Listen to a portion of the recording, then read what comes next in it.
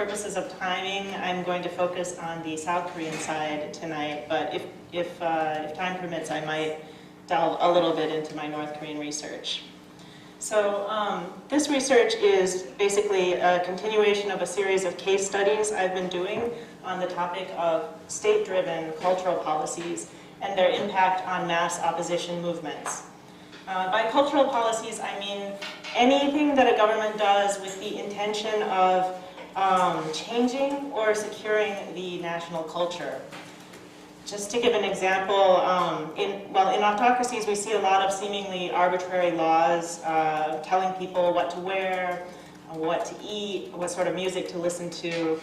And what's striking is that these cultural laws, which are often rather expensive to implement and don't seem to have any real benefit to the regime, tend to be used by opposition groups to gather more support.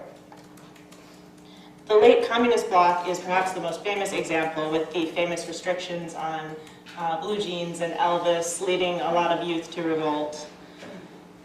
One of the goals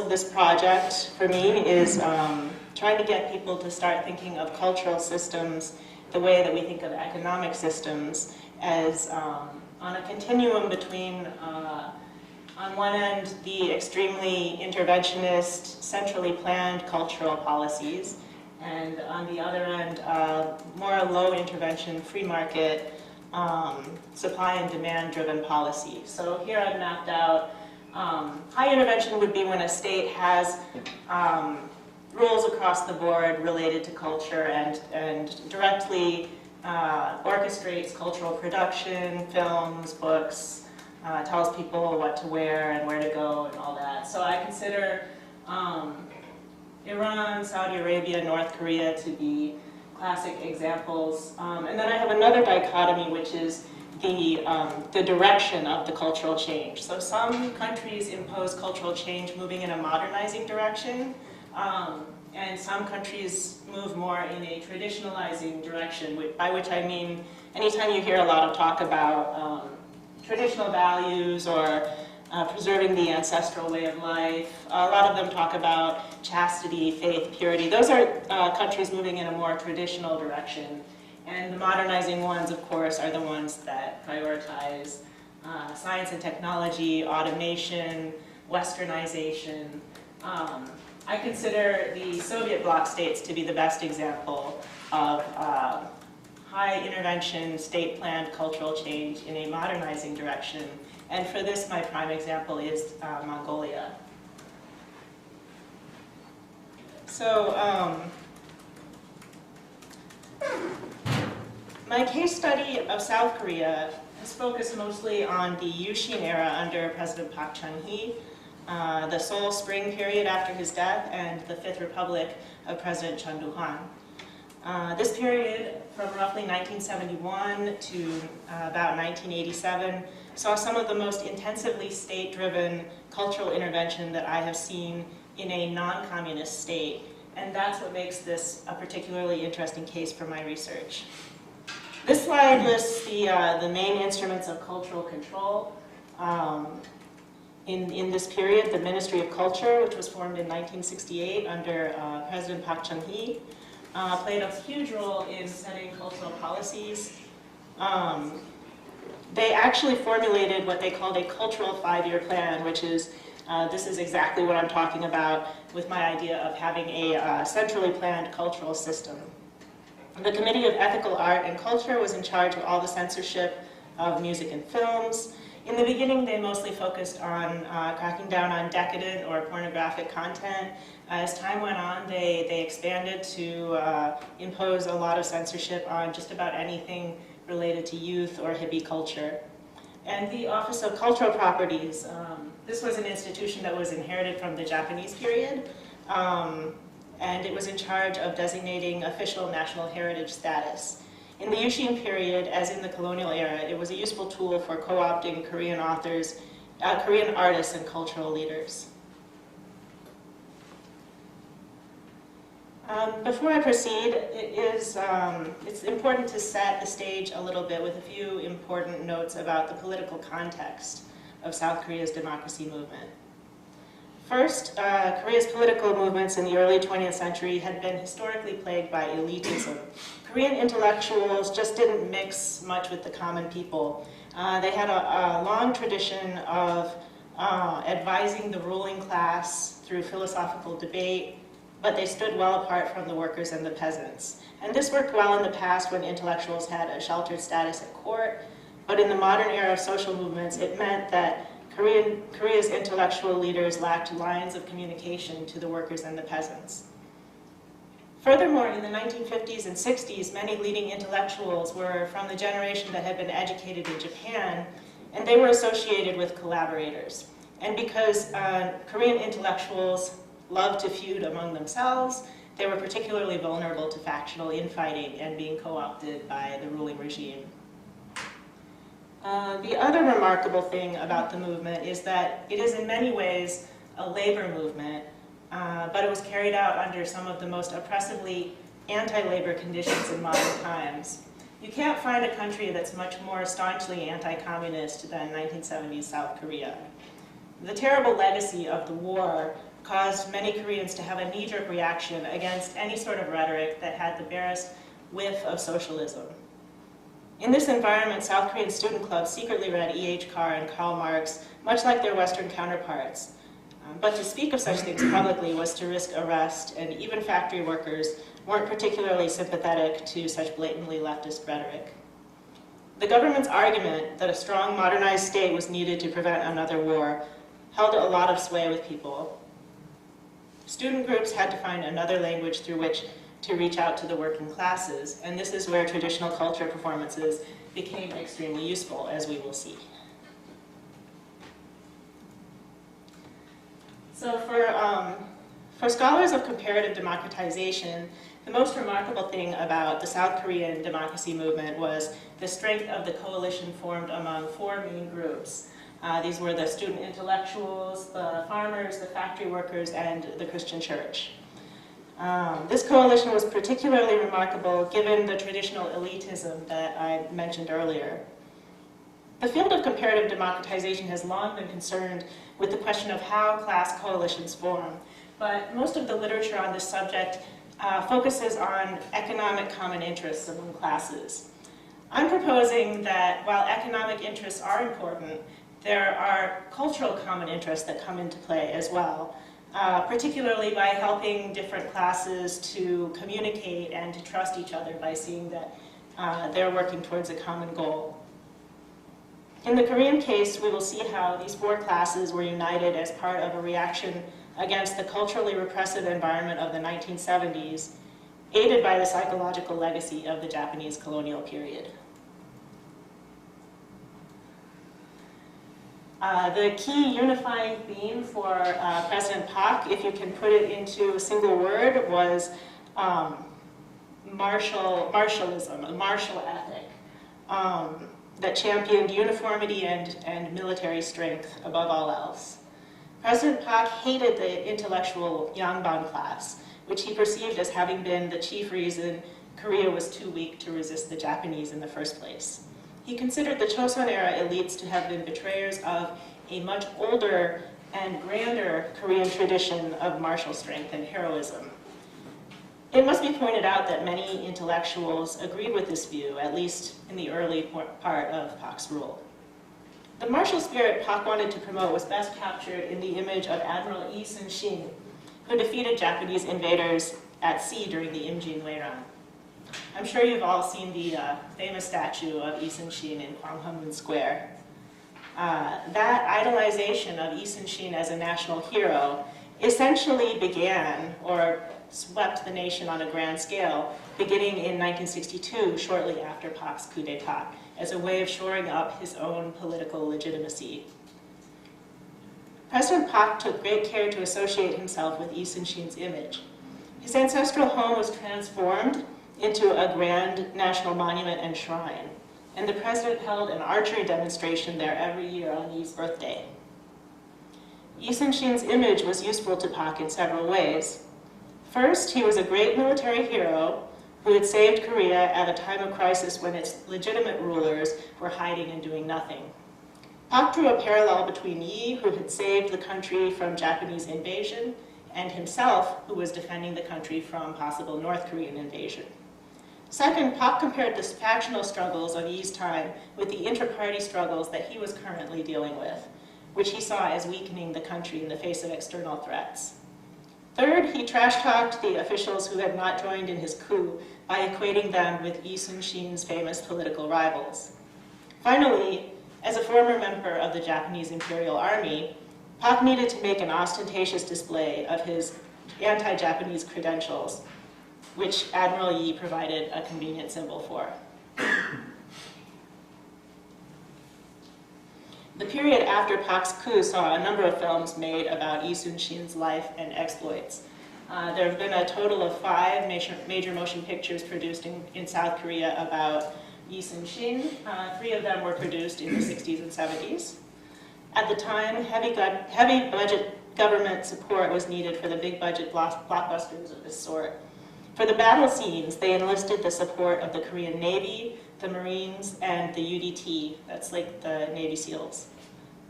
The government made these films compulsory viewing for military units and school field trips.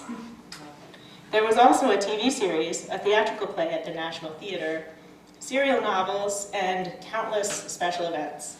For one birthday celebration, the government organized a grand spectacle in the port of Yi's hometown, with 1,500 boats and over 50,000 people participating. Another way that martial culture was promoted was through the Minjok Hirokwa project, the National Documentary Paintings Project. This was the brainchild of Prime Minister Kim Jong-il, who in 1967 ordered Korea's artists to produce paintings depicting great deeds to save the nation.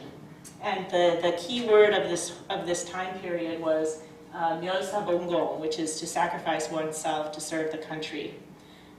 Favorite settings for this project were scenes from the Three Kingdoms period, battle scenes from the Injingweran.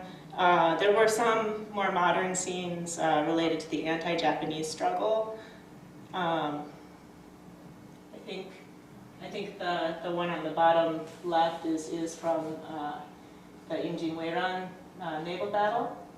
And Prime Minister Kim Jong-il recalled that in his memoirs that he got the inspiration for this project from viewing European oil paintings of the Napoleonic Wars.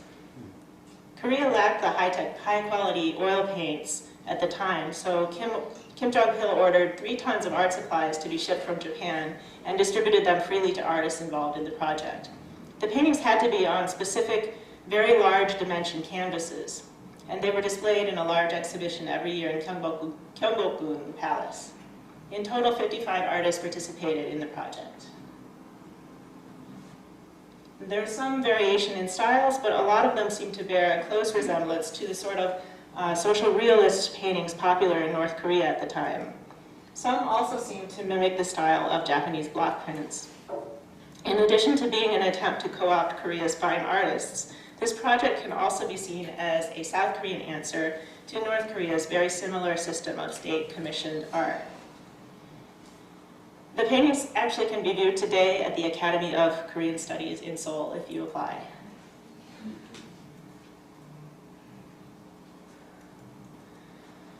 In my interviews with people who lived through the Yushin period, particularly people who were young students at the time, the thing that comes up again and again, that's the strongest memory for most people, was the very strict dress codes that were enforced. Especially restrictions against long hair for men, restrictions against blue jeans and miniskirts and go-go boots. Korean middle and high school students had it worst, as they had to wear uniforms and face intense inspections every morning at the school gates. These were conducted by the dreaded Sundobu, a regiment of student enforcers who could single students out and inflict punishments like standing on one's head or running laps. One person I interviewed recalled Sundobu members barging into his class in the middle of lecture and pulling students out for punishment for failing to keep their uniforms up to code. Restrictions on men's hair length applied to adults as well, and the requirement was that hair can't be long enough to cover one's ears or the back of one's collar. This rule was enforced at local police stations where officers stood by outside, ready to instantly shave the heads of people who were judged to have violated the regulation. The official reason given for this law was to maintain public order and to combat hippie culture. From this, one can sense the Pak regime's growing distrust of all aspects of youth culture and his desire for uniformity, which he associated with Japan-style social order and progress. After Pak's assassination, during the brief period of the Seoul Spring in 1980, one of the first mass movements of social expression to sweep the country was the hairstyle liberation movement, or Dubal Chayuwa. One individual who was a middle school student at the time recalled that this movement reached his remote village of Dangjin in Chungnam province when some older students staged a rally on the school rooftop to encourage students to grow their hair out. Until that time, he had never given much thought to his own hairstyle, but he recalls the moment when the older students had the rally as his first introduction to political activism. Shaved heads and uniforms are some of the best visual expressions of Japanese-era fascism in the Korean collective memory. So it made for a very useful symbol for what the democracy movement was all about and who they were fighting against.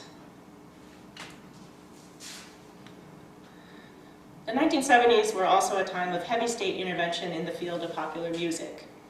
Banned songs, or kumjigok, proliferated as the Pak regime grew more paranoid about student uprisings. Some of the officially stated reasons for banned songs included decadent content, having subversive messages about the regime, encouraging public disorder, or being too similar to Japanese pop. As time went on, these rationales became increasingly convoluted. For instance, the song Whale Hunting was forbidden on the grounds that the phrase could be a euphemism for male circumcision. Probably a bigger reason was that it was felt that the song incited pessimism about social conditions in the country at the time. The song We Bullo was banned because it appeared in the movie Babodole Hengjin, in a particularly funny scene where the characters are running away from the haircutting police. The song Morning Dew was banned because it contained a lyric about walking toward the sunrise that the regime claimed was a veiled reference to Kim Il-sung and communism. Reading the official rationales, you get the sense that a lot of the time the regime was just grasping at straws. The real reason was that they were just increasingly afraid of youth culture and uncomfortable with anything that got students together and incited strong feelings. They couldn't ban the student gatherings, so instead they banned all the enjoyable things that happened at the student gatherings. The Pak regime also cracked down on the playing of acoustic guitars in public places. In addition to kumjigok, there were also state-designated konjon kayo, or healthy songs. My interviewees recalled that there was a time when every record produced had to have a healthy song on the reverse side. These songs were typically marching songs or saccharine melodies similar to Japanese children's songs. And the lyrics would be about how happy and clean and modern everything was. So rebellion through pop culture might seem pretty obvious as a topic to discuss here. But what's been most interesting about my research is that time and time again throughout this project, I've seen examples of political opposition groups throughout East Asia making use of traditional culture in their protests. In South Korea, traditional performance arts became a prominent fixture on college campuses and at protest rallies. For instance, madanguk, shown here, was a form of comedic village theater from the Chosun era. Traditional madanguk were often body stories about greedy magistrates and sly courtesans. These became popular on college campuses in the 1970s as a way of recovering the essence of Korean culture, which the students felt was being trampled in the drive for rapid development. The traditional style of the plays was reworked in innovative ways to poke fun at the powers that be. The police were initially at a loss to crack down on these displays because madanguk had been designated as a living cultural heritage, and it was hard to pinpoint exactly why they were subversive without explaining the problems in the texts. So I was able to view some original Yushin era Madanguk scripts at the Korean Democracy Archives. And so a lot of the common themes were the hardships of city life and the all-consuming obsession with money. Some kept to pre-modern settings, but snuck in hidden messages about what was going on in the present day. Student activists would perform their plays for factory workers, and this became an important way of spreading their message to poor and semi-literate workers.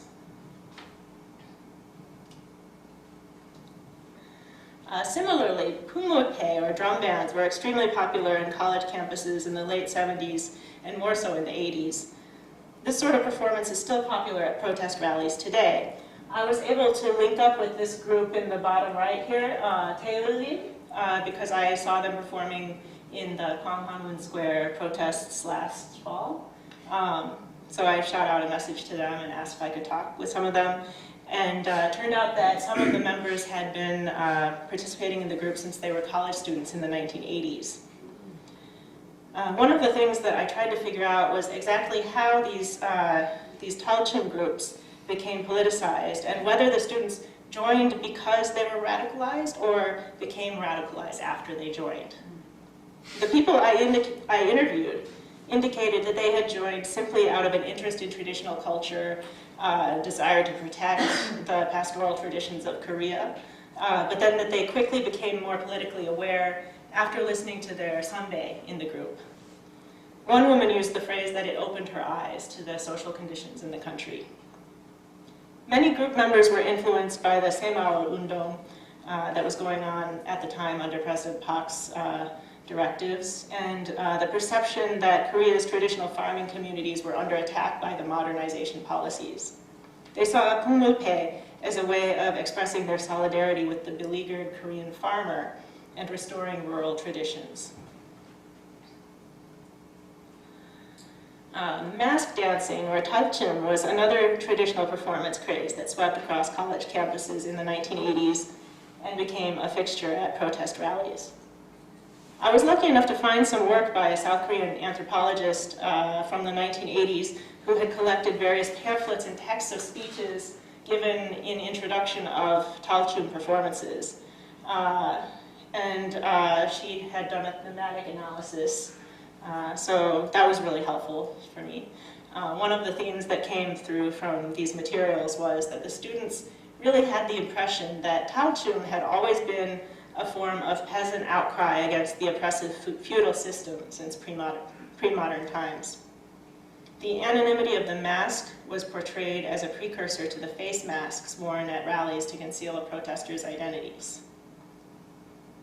This is interesting because it shows a sense of cultural continuity, perhaps manufactured continuity, but nonetheless something there.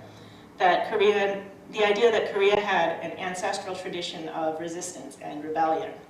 In my dissertation, I talk about how important it is for societies, particularly in East Asia, to have a sense of ancestral ownership of their political system.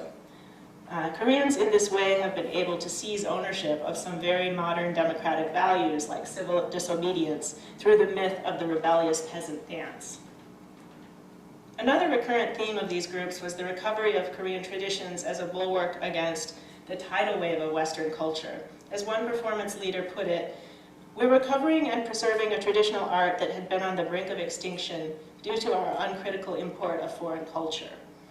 We're trying to unearth, study, and develop a folk art that was almost unrecoverable." There's a real sense of urgency that Koreans were losing touch with who they were.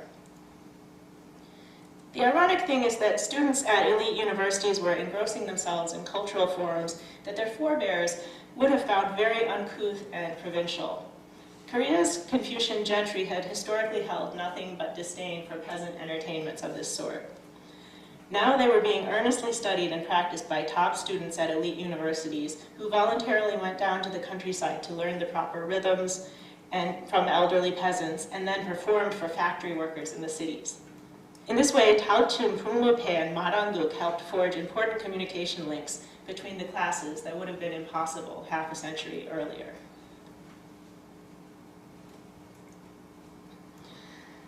So another thing we talk about in democratization field is co-optation of potential opposition. the Park Chung-hee regime and its successor, the Chun Doo-hwan regime, did make several significant efforts at co-optation of intellectuals and cultural leaders over the years.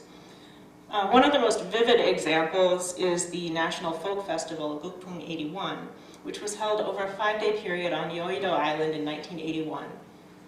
Gukpung 81 was carefully planned to take place exactly on the 1-year anniversary of the Gwangju massacre. The idea was to forestall any civil unrest around the anniversary by giving people a grand nationalist spectacle and to promote the cultural liberalization of the new government. So the idea was, don't think about Gwangju, think about all the fun we're having over here on Yeouido, and now that there's a new government, everything's going to be great, and we're going to let you have your mask dances and your drum circles and whatever you want. So this festival was the brainchild of Ho Mun-do, President Chun's first cabinet secretary. Secretary Ho had been educated in Japan and reportedly had great admiration for Japan's state-led cultural promotion.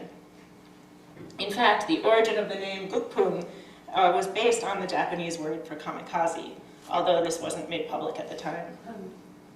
Secretary Ho reportedly got the idea for the festival from the Roman tradition of bread and circuses, which he believed was the most efficient way to deflect public unrest after a crisis. By all accounts, the festival was a great success. Reports claimed over 10 million people attended over the 5-day period from all over the country. Traditional culture was highly emphasized. There were performances of Taochung, Maranguk, Shirum, wrestling, shamanistic rites, puppet shows, chariot fights, and a battle of the bands. The now declassified plans for the festival make specific mention of using the event as a chance to, quote, co-opt problematic campus culture clubs. The curfew, the nightly curfew, was lifted for the 5 days of the festival, which was a big deal at the time. The promoters boasted that the performers were all college students, when in fact a lot of them were young alumni from the military or civil service who had basically been ordered to participate.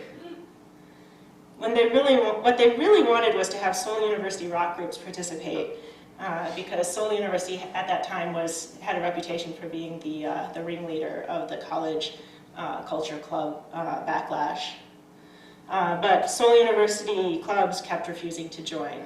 Finally, the event organizers managed to drum up a less popular student band with the promise that they would receive first prize in the song contest. Some of the performers later acknowledged that they knew they were selling out by participating, but that the atmosphere after Gwangju was so intense that they felt like they had no choice. For media context on these events, I mainly relied on DBPA and Naver News Library. Of course, under the conditions of government censorship, most of the papers, most of the time, aren't very helpful, but there were these 2 brief golden zones of time when things get really interesting. And the first one was the period from December of '74 through about March of 1975, when Donga Ilbo was basically in a state of open rebellion against the government after President Park issued an ultimatum against press criticism. Park used threats and thuggish attacks to scare off Donga's advertisers, resulting in the famous white space editions. For a time, Donga supporters sought to fill the white space by buying ads expressing their support. The content of these supportive ads and the groups that purchased them tells us a lot about how the battle lines were being drawn at this time. We can clearly see support from members of Catholic and student groups, as well as private citizens, particularly from Seoul and from the rest of Jeolla region. There were also a suspiciously high number of articles at the time calling back to the horrors of the Japanese colonial period in a way that closely resembled present-day circumstances. For instance, several articles talked about the Japanese government moves to shut down Korean language press and newspapers in the 1930s. The other golden period was the so-called Seoul Spring of 1980, after the assassination of President Park and before Chun Doo-hwan's crackdown. Memoirs and interviews with activists from that period recall a very liberated atmosphere pervaded the country. This was especially prominent in the major papers and literary magazines of the time. During this short window when the intellectuals were free to write almost anything, it is striking how many articles and editorials were related to Korea's artistic and intellectual traditions. For instance, there was a lot of debate in one of the literary magazines between promoters of Korean poetry as a means of resistance and promoters of the Madangguk, who felt like they were more authentic.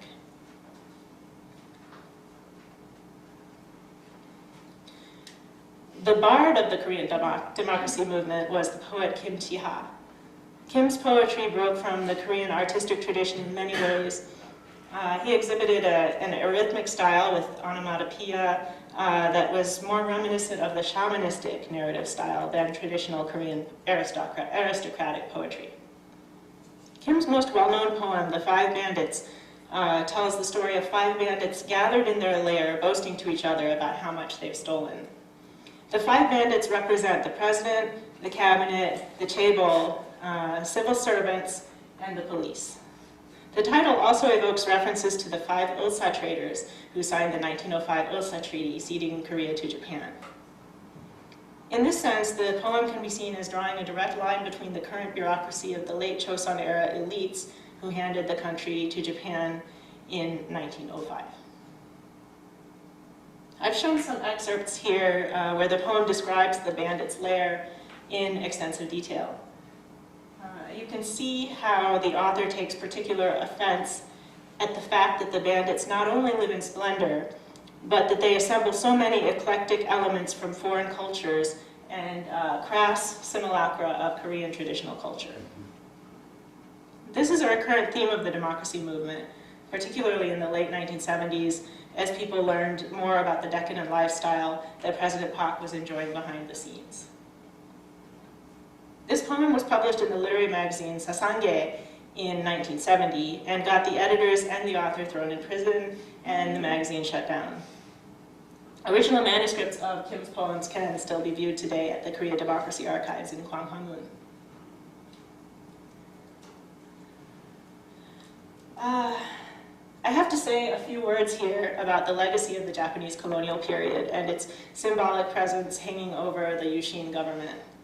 Probably the biggest gift to the opposition movement was President Park's history as a military officer of the Japanese state.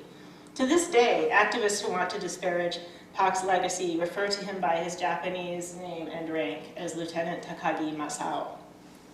Like many elites of his generation, Park had been educated in Japan and retained an admiration for the Japanese martial state that showed clearly in his various cultural initiatives, as well as his personal style and his taste in music. Of course, Park couldn't do anything to erase his past, but he also made some decisions to preserve the old colonial order that, in retrospect, seem very short-sighted. For instance, he maintained the infamous Sodaemun prison, shown on the bottom right, where many renowned independence fighters had been tortured and killed by the Japanese. Now anti-Pak dissidents and student protesters were detained in the same physical buildings that had once held the heroes of Korea's independence struggle. Pak also kept the National Assembly in the old Japanese government general headquarters, which was a giant marble structure that stood, if you've ever been inside Gwanghwamun, you know that that's looking south through the inner gate, and this government general headquarters was plopped right on top of where the Gwanghwamun Gate stands now. So this was basically a big, fat, fascist symbol right in the heart of the capital that was maintained all through the Yushin period. After Korea's democratization, the destruction of these symbols provided a satisfying sort of victory lap for the democracy movement. By demolishing the government general building in 1995 and turning the Sodaemun prison into a museum in 1998, the democratic government of Kim Il-sung was able to establish a clear and final break with Korea's colonial past. In my paper, I compare this with the tearing down of Lenin and Stalin statues in the Soviet bloc as part of a class of victory demolitions that mass social movements rely on to demonstrate visible and immediate progress after taking power.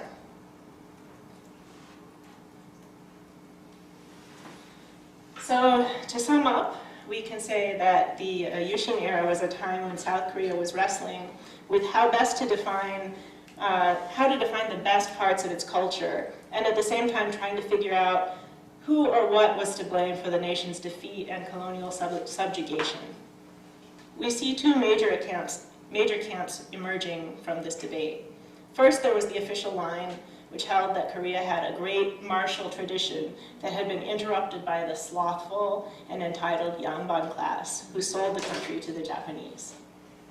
This was a fundamentally anti-intellectual stance that championed military might, uniformity, and social order. But this camp also emphasized the scientific achievements of Korea's ancient past as a way of encouraging development in science and industry in service of rapid growth. The Yushin government was also careful to co-opt cultural elites by sponsoring events like Gukpung 81 and honoring traditional craftsmen with the national heritage status. Above all, they abhorred youth culture and the satirical and creative reinterpretation of folk art that was going on college campuses. Standing in opposition to this was the growing coalition of artists, youths, and workers who were building an alternative vision of Korean culture as dynamic, disorderly, closer to nature, open to innovation, and as a clever way of spoofing the powers that be. This was a time when young student activists left prestigious colleges and went to work among textile factory workers and dockhands, opening lines of communication with the lower classes through mutual respect for Korea's peasant traditions. As the list of banned songs and fashion restrictions lengthened, this provided a series of ready-made symbols of rebellion for protesters. The remarkable legacy of this movement is that, to this day, in South Korean politics, callbacks to traditional culture are more the province of the political left wing. Left-wing politicians are the ones who show up to the National Assembly dressed in the traditional hanbok and use quote, old Confucian scholars in their speeches. Whereas the right wing is generally more known for its focus on social modernization and rapid development and military strength. This is in marked contrast to most of the rest of the world, where traditional values and old ancestral symbols are usually the province of the political right. Think the Tea Party in the United States with their tri-cornered hats and stuff going on there.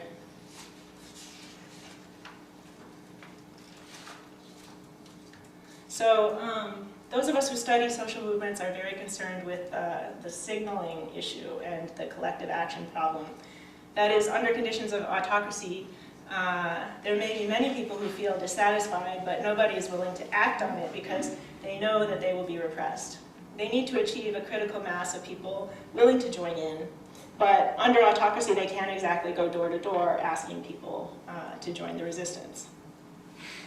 In such circumstances, it is often useful to have some sort of non-political signal to gather like-minded people and gauge interest. What often happens is that rebellious groups form around fairly benign cultural symbols like a type of dance or music. Or they start wearing slightly rebellious hairstyles. The regime can crack down on such things, of course, but it tends to alienate a lot of people when it does so. The other thing that the field of social movements is always concerned with is interclass coalitions. My research suggests that cultural common interests may play a role in how these coalitions form. That is, cultural policies are likely to appeal to some people and alienate others, and these divisions tend to form along class and age lines. In general, the older, less educated, urban poor, and rural classes tend to like the traditional policies, and the younger intellectuals and the skilled workers tend to like the more modernizing policies. I say in general, not always. However, young intellectuals and skilled workers are much more concerned with political issues like democracy and civil rights, and under the right circumstances, they can be persuaded of the appeal of traditional culture. So, according to my theory, the ideal cultural conditions for creating a mass movement for regime change are when you have an autocrat who denies civil rights and rejects democracy, but at the same time imposes overly secular, modernizing cultural policies at the expense of traditional ways of life. This was in fact the situation in Mongolia in 1990, in South Korea in the 70s and 80s, and in a lot of the Arab Spring countries in 2011. Alternatively, if you have a regime that represses civil rights, but at the same time imposes a return to traditional culture, you are likely to see rebellions led by students and young intellectuals that might grow very violent, but never really pick up steam among the broader, the rural and the working classes. This is what we saw in Iran in 2008, for instance. So that basically summarizes my theory and what I've been able to put together so far from my research in South Korea. And how am I doing on time? Yeah. If I have just like 5 minutes left.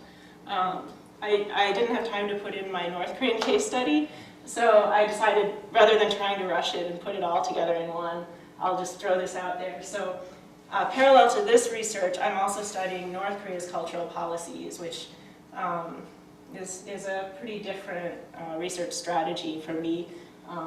Obviously, I can't really interview people in any significant numbers, so I'm focusing on reading a lot of North Korean propaganda, watching North Korean films, and reading North Korean literature to try to pick up themes about how North Korea promotes its own cultural policies, because, as you know, North Korea has an extremely state-controlled cultural production system, so basically any novel or movie that comes out of North Korea is directly speaking from the position of the government. So I'm keeping a blog of the different things that I read and short summaries in English of some of the North Korean fiction that I've been reading at this link here. Starting to lose my voice. I don't know, click it.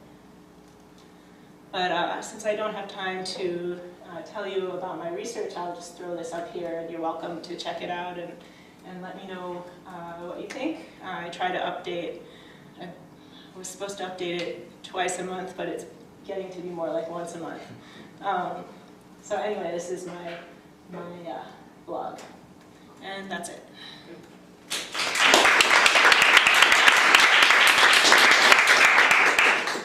We can do questions.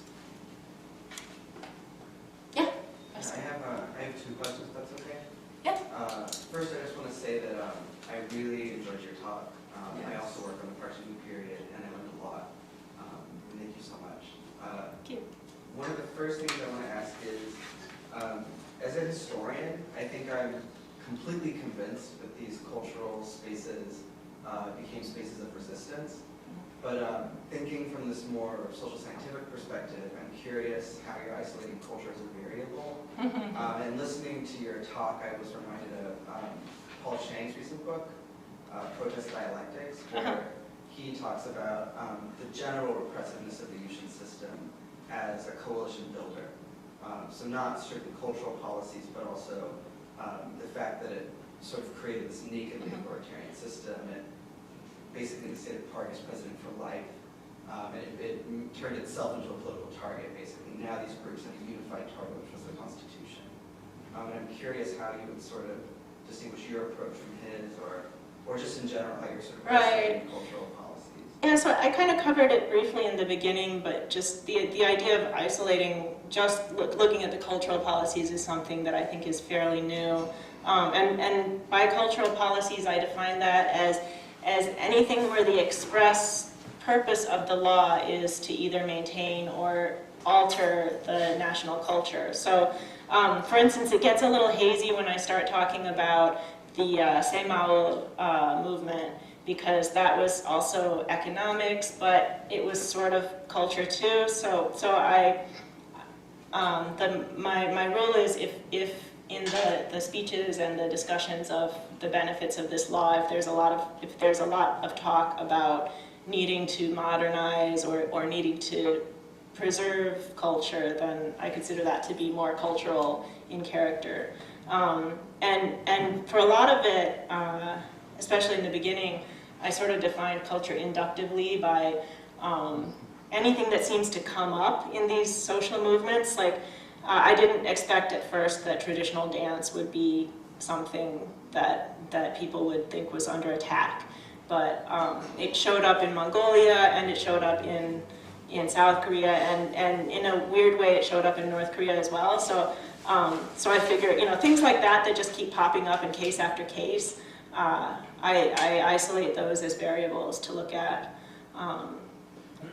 So yeah, that's basically my rubric. Okay, thank you. And just the second part of the question, I guess, was I wanted to, I guess, have you talked a little about how you're defining traditional culture? Because I totally buy into this idea that the left and the opposition still today in South Korea invoke folk culture more than the right. But I don't think folk culture encapsulates all of traditional culture, particularly since there's a very strong literati tradition.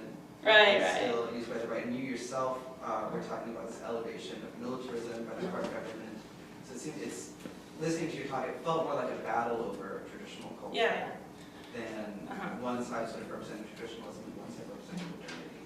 So I do go through and make a little dichotomy between the low culture and the high culture, which I believe is a term. I forget who came up with that, but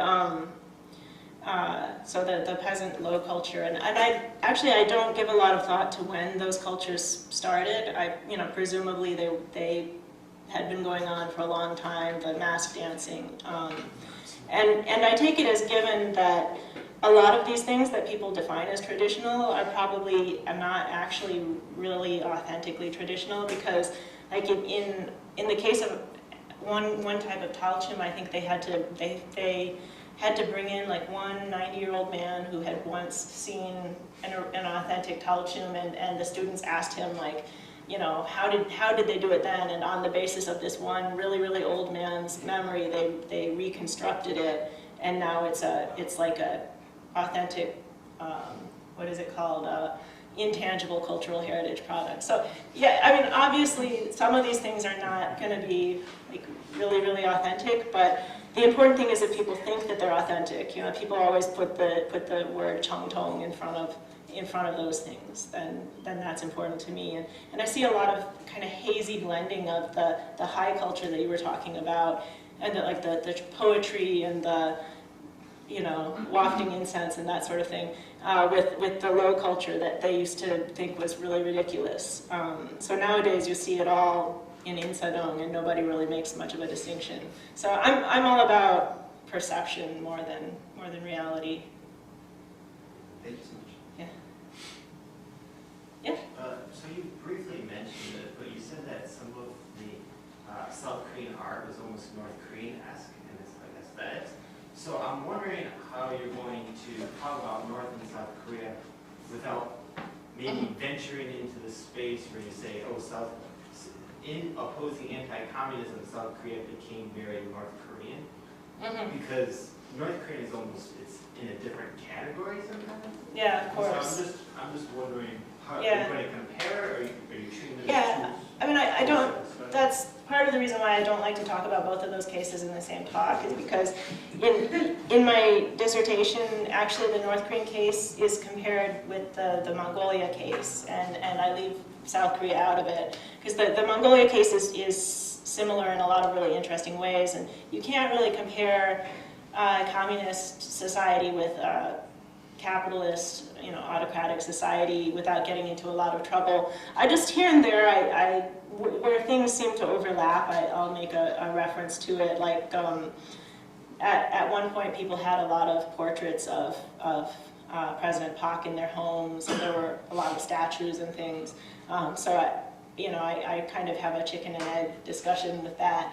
And I think it's just really interesting that aesthetically, it seems like South Korean autocracy, to my eyes, looks kind of a lot like North Korean autocracy, but I'm not like an art historian, so I can't. I just like looked at those paintings and said, wow, that looks like something that you would see in North Korea, except that I'm not familiar with any North Korean paintings depicting like the Battle of Chilgol-sun in 503, AD. So like the historical thing is kind of unique to South Korea, but the style, to my eyes, looks very similar. So maybe like somebody else knows a little more about that.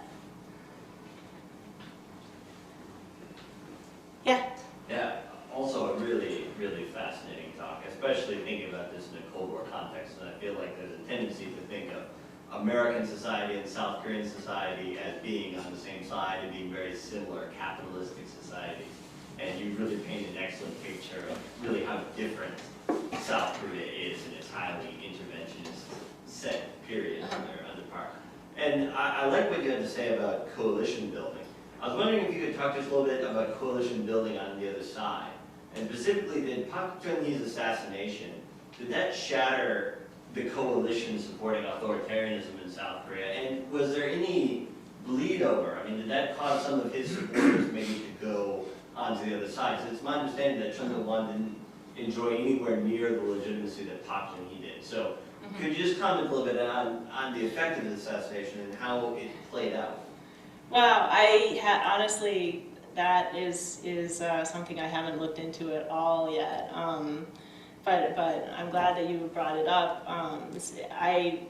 The elite coalition around President Park, I gather, is mostly the military and the chaebol.